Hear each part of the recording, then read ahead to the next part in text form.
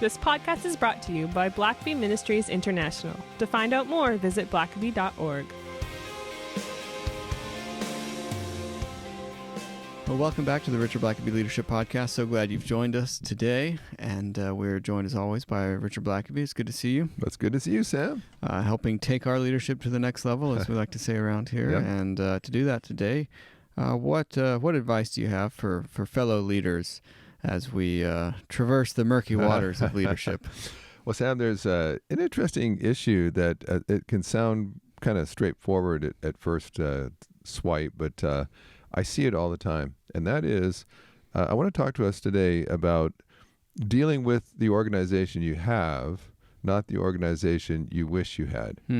I see a lot of leaders that will come into a place and they want it to already be the kind of place that they want it to be, expect it to be, but it's not yet. And the problem with a lot of leaders is they don't know what to do with an organization that's not what it ought to be. So, Right. For instance, you could have a pastor who is in seminary. He's being taught, well, when you get out there, you're going to preach the word, and people will just be lapping it up, and you're going to be mission-minded. You'll be having a church that's on mission and reaching out to its community, and then you get there, and they're not used to deep preaching. They like having their ears tickled with just funny stories, and so you're laying out this deep truth, and they're kind of not knowing what to do with it, and you get frustrated because they're kind of shallow, and then you start to talk about reaching the community, and they've kind of been fairly self-centered in the past and haven't done anything to reach out, and they just worry more about their own comfort, and so you begin to get very frustrated with this unspiritual, ungodly rabble that you've been stuck with, and so is it at that point that you just fire the congregation? Yeah, and you just wipe the slate. I tell you, I've seen pastors that start letting go of staff, getting people out of leadership roles in the church, maybe even just being pretty harsh from the pulpit, and people start leaving, and you get frustrated because the church is actually declining in attendance instead of growing under your great ministry, and so you get frustrated, and you blame the people for not being the people they ought to be. And this happens in business. This happens in leading nonprofits, where you have this ideal vision of what it could be, what it maybe ought to be, but it's not. Yeah. And so people come in sometimes and they feel like, well, if I just start leading the way as if they were a great people, a great mission-minded, outward-focused, creative, risk-taking organization, then maybe I just need a big rallying speech for all the leaders, and then we'll just take off and be the people we ought to be. Yeah. And then they don't, and there's pushback, and there's people undermining you, and so before you know it, you're at war with your own people, and you're out of touch. You're not leading the organization you actually have. Yeah. And so I want to just talk a bit about that. And of course, it can happen in a church. It can also happen in a family. Because every organization has a culture. And so being aware of that culture that you inherit, not the culture that you hope is. And so, like, for instance, we have written a book or two where we talk a bit about some of the fun things that we did in our family growing up, some of the parties we threw and so on. And so I've had moms and dads read that and be inspired and say, well, we need to have more fun in our family too. And so we're going to have a game night with our family. It's a mandate. We have to do this. And we're going to start being a more fun family too. But so they make all their kids sit down, they pull out a board game, and there's all kinds of fighting and tears and angry outbursts and hurt feelings, and it's like, well, wait a minute here, what the Blackabys played games, and that they seemed like they had a lot of fun, and I tried doing that with my family, and it's mayhem. The problem is that we cultivated game playing in our families from when our kids were quite young. I mean, that's all they ever knew, and so it was built into the culture of our family to have fun, and to everybody gang up on me and try to make me lose, you can't just one day suddenly decide we're going to be a fun family that plays games and so on.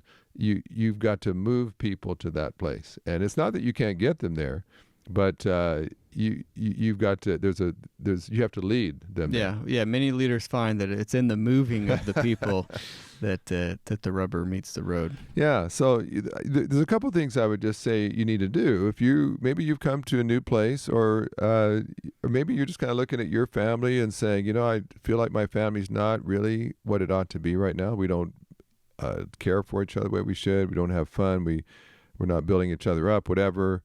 Way too much fighting. Maybe you look at your church and you say it's way too inward looking instead of outward looking, or you look at your business and you realize we're missing all kinds of opportunities. We're not being creative enough and developing new products, and we're not adjusting to the changing times or whatever. And so how do I get my organization to the place where we are risk taking and we are seizing opportunities and we're looking to the future and adapting and so on? And so one of the first things I would just say, and this especially happens when a new person comes into the job, and they're all excited. Oh, I graduated from seminary. Now I get to lead my first church, and it's going to be so exciting. Or I've been hired on to manage in this role or to lead this company, and so I've got all these big plans and this great vision of what we're going to do. But a couple things you need to do first, and one is you need to take a really hard look at reality. You've got to look at what you actually have, and you look at your personnel, and you say, what's the bandwidth of the personnel I have? Now, some of them are just not going to have the capacity. I remember when I was called to be a seminary president, I began looking at the staff I inherited, and there were some that had a lot of capacity that were being underutilized. Mm-hmm. And I realized, wow, this person has got a lot of bandwidth we've not even tapped into yet. They need a lot more responsibility. And then I saw some other people that I thought they are way over their heads. They don't have the training, they don't have the experience to be able to do what we're going to need them to do. They're not going to be able to go very far with us in where we're headed. And so their days with us are numbered. And then I see some other people, I think, with some training, with some equipping, might need to have them take a class online or something.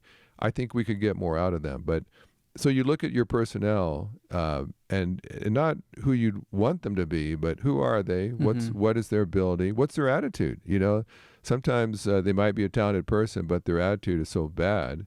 They're so oppositional that, hey, they've got their foot on the brake and they just don't want to be dragged forward. Well, then that's not going to work. Either their attitude changes or we're going to have to change them. And then you look at your programming, you look at your facilities. I remember when I came as a pastor of a church, I began walking the hallway saying, we can only build our children's program so far with this facility and these rooms, and this kitchen is not going to be able to handle the kind of things we're going to want to do. And so it's okay for where we are today, but where we're going, it's not going to be okay. So take a real hard look at what is the reality. What do I have to work with here? Not who do you wish you had to work with. Yeah. And you look at your leadership team and you say, this is probably about a B- leadership team. There are some good people here. They've been here a while, nice people, but I don't know that they're A-level leaders here. So can you work with B leaders? You can, and sometimes you can even help maybe raise some of them into the A category. Or it may be that for the first year or so, you can make a lot of progress with some B players, and then over time you need to upgrade your team to some A players.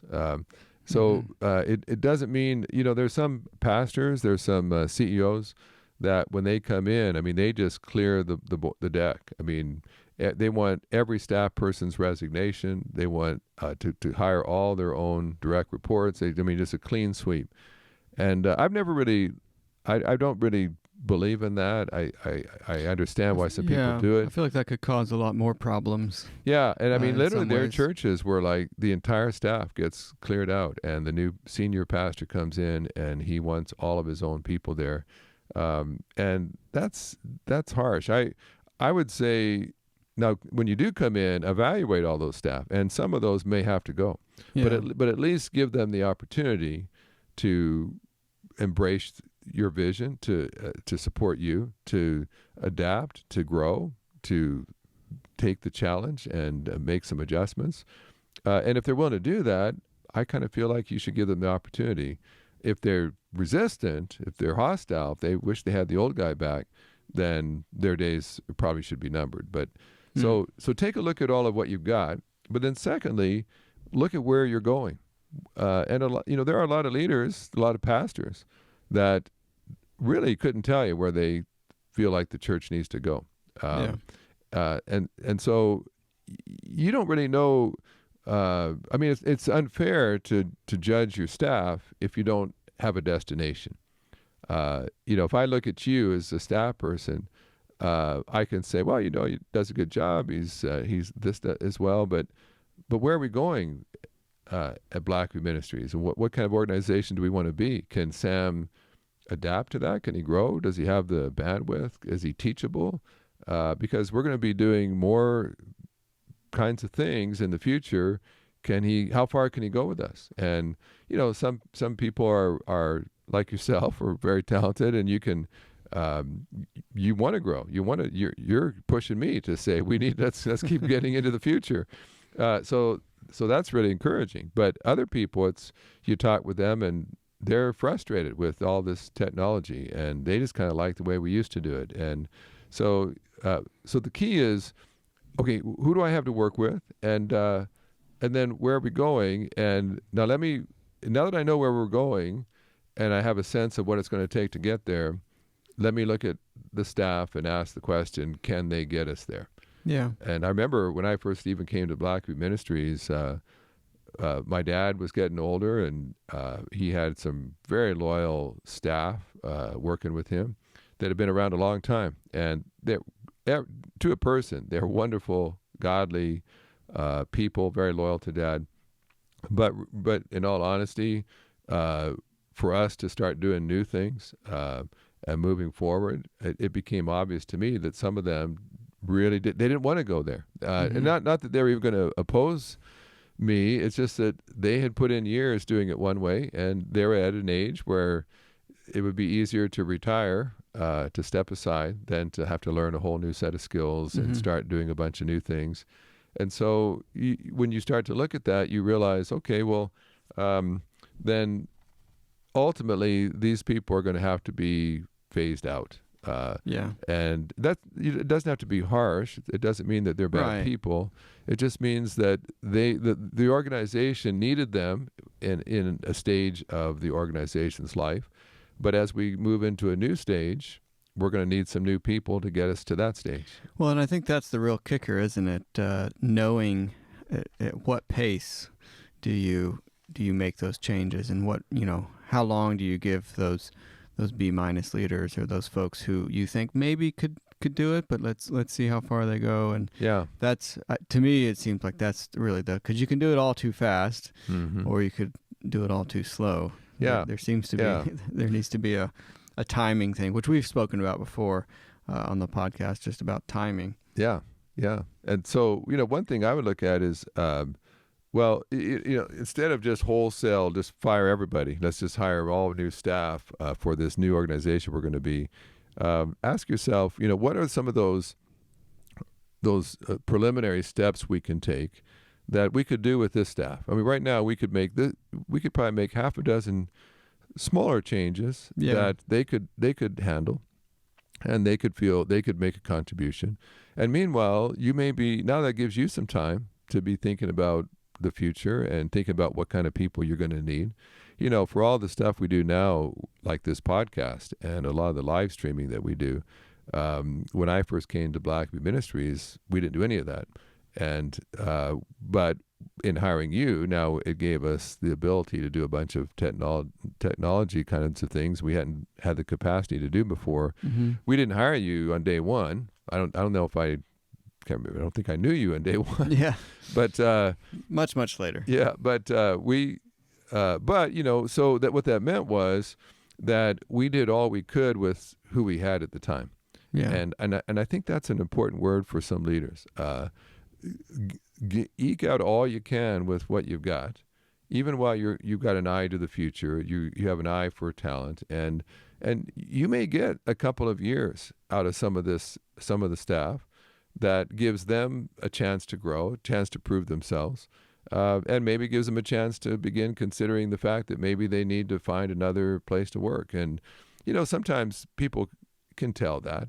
They can tell that their organization they've been a part of for a while is starting to move in some new directions, and they realize that what the major contribution they used to make is not that important anymore, and maybe they aren't enjoying their work anymore, and so there's times where I just think it's actually really good for staff to have a fresh new challenge, and so if you take a year or two to work with them as best you can, well, then that gives them time to be kind of rethinking what they want to do next in their life, or maybe they gives them time to take some classes and upgrade their skills. But usually you don't need to just abruptly do a complete overhaul. Now I remember coming to the seminary, and I've shared this before, but like we had one person in charge of our finances, our business office, that was way over her head, and we began to see some major mistakes being made. And with your finances, you just can't afford to have that. I was having the bank calling me, telling us that we had spent more money out of accounts than we had in those accounts, and that's not a good. And we had plenty of money. We just my business manager just hadn't transferred it from savings into checking. She wrote checks and then didn't bother to cover the checks. And I mean, it was that basic that I just said, okay, if you can't figure that out, that you make sure you have enough money in the checking account when you write checks. We can't let that go. We can't do that for 2 or 3 years until we find someone better. We're going to have to cut right there and say that can't happen. But then we had other people that worked hard and were good people, but you could tell they just they were not really forward thinkers. They were great at doing this particular job, but if we expanded at all, they're going to just be stressed out. And I knew we needed to expand. So I don't need to lay them off immediately, but I need to begin walking with them to just see, well, how far can they go? Yeah, what's their outer limit? And as we get moving forward, and you communicate that with people, and you let them know, this is where we're going. This is what I'll need you to be doing if you're with us in the future. That you're going to need to be doing this and handling all of that. And some people just start to realize, okay, well, I'm just not going to be happy. Well, what I like about that is it makes it so that there aren't hopefully surprises for people, especially your staff, when you do get to that ultimate point where they can go no further. That they know what's coming, and hopefully when the decision time is there, that it's almost a mutual understanding that by the time that rolls around, it's not you're not totally blindsiding people by letting them go because they can't keep up with the pace of things. Yeah, and so I think that there's a lot of grace in that, and I think that can go a long way as a leader as well. That it wasn't you just showed up and said, "Hey, here's your pink slip. Yeah, have a nice life." It's you've been walking with them, and that builds a lot of goodwill. I would think as a leader as well. Yeah, and maybe just to add one last thing before the break is, there are some people that have rough edges, but they have a good heart. They are willing to learn. They work hard, and I see this all the time where, especially non-leaders, can I just say this? True leaders can recognize leadership ability. Non-leaders miss it. Non-leaders tend to just see the rough edges. They don't see the potential. I'll be real honest with you. I see this a lot in the church. There are a lot of pastors who are not strong leaders. Right. They like to preach, they like to teach, but they're not gifted at leading. And so when there's maybe some new converts come in the church, and they got lots of rough edges, but they have an ability to lead, and they're hard workers, and they want to learn. And I see pastors who get threatened by people like that, or they get frustrated with people that will do things like people with rough edges will do, and they don't see the potential. Yeah. And so they want to just get rid of these guys instead of investing in them. And I always, if you show me a guy, I don't care how rough he is, if he's got a good heart, if he's teachable, if he's willing to take feedback, if you'll just give him some time, give him some affirm him, and give him some opportunities to learn and grow, you may have the very people in your ranks right now that could take you far, but you got to take time to invest in them. Yeah. And there's some leaders that just, they don't want to put that investment in. Well, let's get this guy out of here, and somewhere God will just provide some ready-made leader that will come in and just do all the things that I want him to do. But it may be that God has given you all the raw materials right before your eyes. You just need to open your eyes and realize, I'm going to have to, instead of us immediately, as a pastor or as a business leader, on day 2 after I get there, immediately launching into all these bold initiatives, I may have to take a year or two just getting my team in place and working with the team and getting them to learn how to work together effectively and in unity, and knocking off some of those rough edges, and helping polish people up and encourage them. And boy, I tell you what, a year or two from now, we're going to be a lean, mean machine here, but it's going to take a year or two of investment first. Yeah. And there are a lot of leaders out there that they don't want to take that time to invest in people. Yeah, and it goes back to our instant gratification culture, and even our podcast last week on waiting, and that's a muscle that you have to exercise, Yeah. and it's not always easy. Yeah. And so,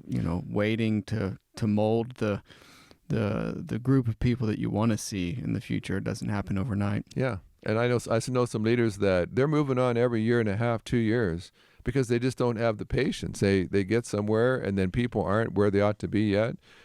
Programs aren't what they ought to be, and they get frustrated, and they just move on. And if they just stayed and just invested and built people and programming up, by now they would have had a great organization, but they didn't stay long enough, and they just didn't want to put the time in required to build what they had. And so, yeah, if you want to take your organization to a destination in the future, look at what you have, and you may have the raw materials. It may take a little bit of time to develop those materials first. Well, let's take a quick break here.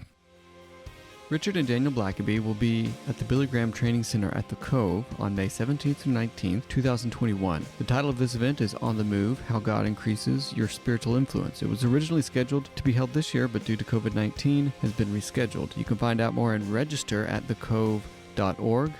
Links will also be in the show notes.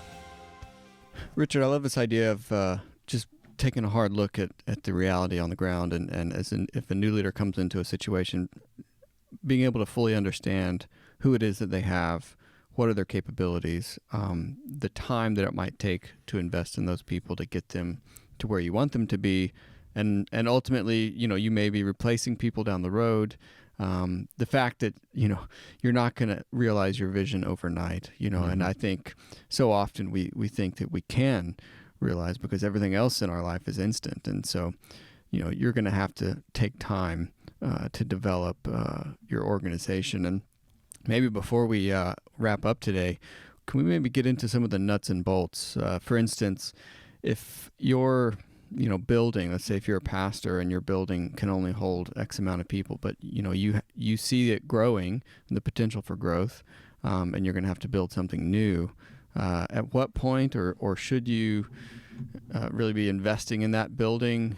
How do you sort of navigate some of those more kind of finesse and the nuts and bolts of that transitional period? If you've watched any of those rocket launches, sending people out to the space stations and other places, you got those rocket boosters that shoot off, and they get you up to speed and out on the way, and then but they don't go all the way with you. They get right. They help you get the momentum. They get you going in the right direction, and now you drop them off, and they can only take you so far. And so I know that there are there's facilities, there's personnel, there's programming that they do have a role to play, but they're not going to necessarily go with you all the way to the destination. And so, as we've been talking about, sometimes it's foolish to just immediately rid yourself of all of them, because they can help you get going in the right direction, and and that might be an important role that they play. And so, like for instance, with buildings, I was just with a pastor that is turning a church around, and so they had a very small, kind of rundown building, and so they put some sweat equity into that building. They've done some, tearing out some walls and replacing some carpet, but at the same time they said, but it won't take us all that long until we're filling this building up. It's just not that big. And so there's some things we can do to kind of buy us a year or two where we could be filling it up, maybe going to 2 services, but ultimately, and there's not enough land to even build, just build onto the building. They pretty well maximize all of their space already. So he said, we're not trying to become a mega church, but realistically, if we grow very much at all, we're going to need a bigger place. So yeah, do we put in, do we tear out a wall here? Do we put in maybe some basic new carpet to kind of spruce it up for the next year or two? You do, but do you put in really expensive investments into that place? Right. Do you pour a lot of money in, and then 2-3 years later have to sell that building and go get a new one? Well, you got to kind of have a sense of, how far can this take us? What is our ultimate destination?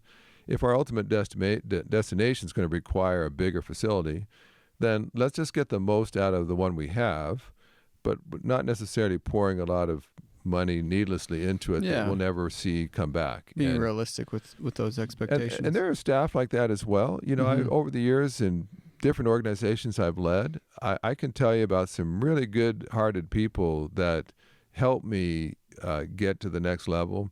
And then oftentimes they moved on their own, but they had a role to play to help get things changed. And I think of things like when I was at the seminary, we never really had an academic dean position fully developed before, and so I had someone that was a perfect guy to do that, but he only stayed around for about a year or two, and then he moved on.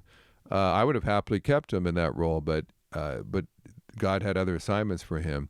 But in the 2 years or so he was in that role, he helped us move toward accreditation. He raised some standards. He gave some dignity to the office.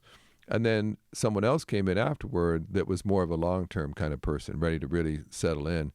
And so don't underappreciate those transitional people that God may have put in your life. Realize, okay, this person may not take us long-term, but they may have a role to play. Maybe a long-term person wouldn't be able to handle all the major changes we're going to make right now. Maybe we need a shorter-term person to do that. And then once the changes are made, a long-term person can settle in and really administer this into the future. And same with culture. To make a lot of changes, you're going to have to adjust the culture of an organization. And oftentimes that's going to require different kinds of people. People that see things differently, function differently, have different attitudes. And so there may be some people that for now, they're sort of placeholders. They can kind of, while you're busy addressing these other major issues, they can kind of hold the fort here. But eventually you're going to get to their area and say, well, now it's time to upgrade there. And hopefully this person can grow and do it. But maybe their assignment right now is just to kind of help us get to this place. And I've kind of tended to look at, we've talked before about my book on seasons. And I just realized that there's a lot of what we do has a seasonal aspect to it. And so it's not meant to be a lifelong assignment necessarily. And so, there are some people, I think, that there's a season for them in an organization, and they have a definite God-given role to play. Right. But it's not all a lifelong commitment. And I think we realize that there's just not that many jobs out there that are lifetime assignments anymore. You go into a certain role that God has for you, and you learn some skills there, you get some great experiences, you make a contribution, and then at a certain point God moves you on to a new challenge, a new assignment. And so, I look at people and say, well, is there still a role that God has for this person here? And it maybe just get us 2 years down the road, where now we've got capacity to maybe hire someone with a higher level of skill sets. Maybe now we need an HR person as we've grown, who's got a higher capacity. Maybe a this bookkeeper was fine when we were kind of a smaller organization, but now we're getting a lot more complex with a lot more personnel, and now we need someone with a lot more sophisticated training and background, and so it doesn't belittle the person that helped you when you were just starting out. You didn't have the budget to hire a full-time skilled person when you started out, but now you really need them. And so the one thing, maybe the last thing just to say is be careful. I suppose one of the hardest things in that area is, you have someone that perhaps maybe you just started out your organization, you had a bookkeeper and just a handful of staff, and everything was fine. But now you've got way more financial issues. You've got to account for it better. You need more sophisticated accounting software and reporting, and you've got tax issues. And now this bookkeeper is just kind of stressing out, and they don't have the background or the training. They don't really know how to use this more sophisticated software that your accountant wants you to use. And but you feel loyal to that person. They've been with you a while, and now they're kind of stressing out, and they're always pulling their hair out and needing help, and it's taking a lot more time, and it's always a little iffy if the audit is going to find that some accounting errors were there. Yeah. But you want to be, you feel like, well, but they were there with us in the beginning, and so what kind of jerks would we be to let them go now? But the problem is, if you're not careful about that, those people that helped launch you in the beginning, they start holding you back. And now you've limited your capacity to grow because you're holding on to someone that just doesn't have that ability to take you in the future anymore. And so you're not doing anyone any favors if you hold on to someone that is causing you to hold back, to not grow, to have a lot of unnecessary problems because they just don't know how to handle certain things. Yeah. And so I think you have to look at people and not just crassly, just strictly by the numbers. You want to help people grow as much as you can, but there comes a point where your organization has grown beyond them. And at this point, as long as you keep them in place, you're never going to get to your destination. They'll hold you back. And at that point, you've got to always consider the value, the importance of the organization over just one person. And you value people, but you're not really valuing people if you let them drown in a job that's too big for them. And at a certain point, you just have to say, for their sake and the organization, they made a great contribution. We'll always be grateful for what they did. But for the next stage in this organization, we need someone with a different skill set. And so let's release that person that got us this far. Let's hire someone now that can take us into the future, because ultimately you want your organization to achieve the purpose that God had for it in the beginning. Well, this is great stuff. Not easy to do, but certainly worth taking the time to think about and figure out a plan to make it happen. So thanks again, as always, for walking us through these issues. And until next time. All right. Thanks for listening to the podcast. If this is something you enjoyed, it really makes a difference if you leave a review and a 5-star rating on Apple Podcasts or wherever you listen. Don't forget to subscribe and share with your friends. We always love hearing from our listeners, so email us at podcast@blackaby.org.